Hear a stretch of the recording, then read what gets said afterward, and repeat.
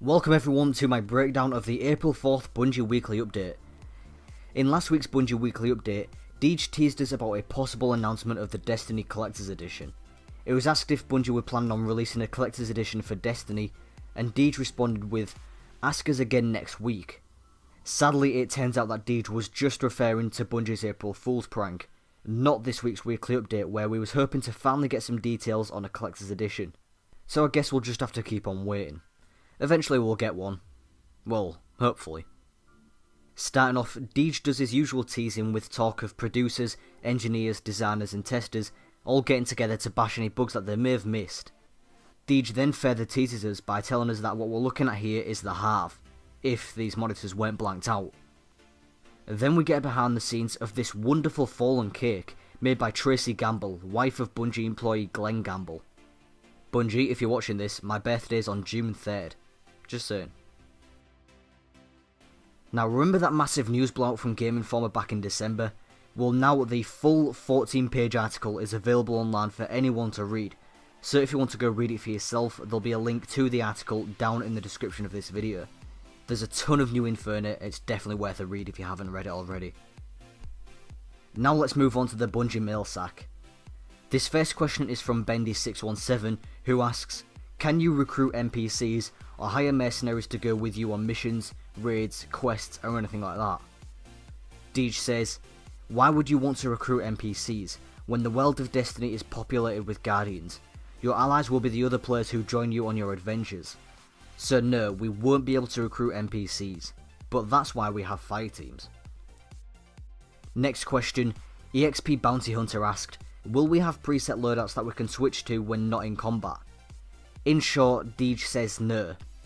You will take your Guardian everywhere you go, including your guns. You get to pick your own weapons. Next, Slow the King asked, how much of the full game are we going to be able to access during the beta? And Deej said, enough to tell us what we need to know, but not so much that you'll be left with no more worlds to conquer. This will be the biggest proving grounds we've ever opened up to before we would go for the final launch. Now if you've been in any of Bungie's previous betas, like the Halo Reach beta, then you should expect to see quite a large variety of things to do. What you're looking at on screen right now is a list of everything that was in the Halo Reach beta, including weapons, vehicles, maps and game modes.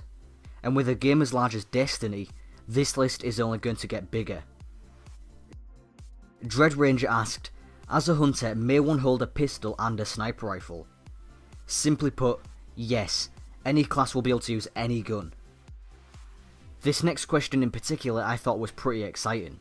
DB Games 115 asked, is there going to be more in-game footage released soon? And Deej says, yes, soon. Now while we don't have a specific date, at least we know there'll be more gameplay coming soon. Next, Kaio Funo Kami 2 asked, how will raids work? To which Deej responded with, mercilessly and with much cruelty.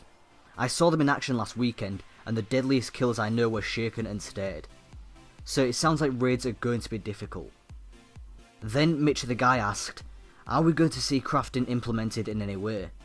And Deej said, the tower will be a place where you can restore and upgrade your weapons and gear. Some of the loot you capture on your missions will be items that you can equip or wield. Others will be raw materials that you'll need to upgrade your inventory. He then basically goes on to saying that the game will know what items you need. For example, if you need a specific item to upgrade a gun, it sounds like the game will be more likely to reward you that item instead of giving you random loot. So thank God no need for hours of grinding just for one thing. And the final question comes from Big Evil Turtle, and they asked, can a Guardian's outfit and weapon set be changed in the middle of a competitive match, or are they stuck with what they entered the battle with? To sum it up, Deej says that your inventory carries over into PvP, so you will be able to edit your Guardian in the middle of a multiplayer match, however you'll be left open and will risk being killed by another player.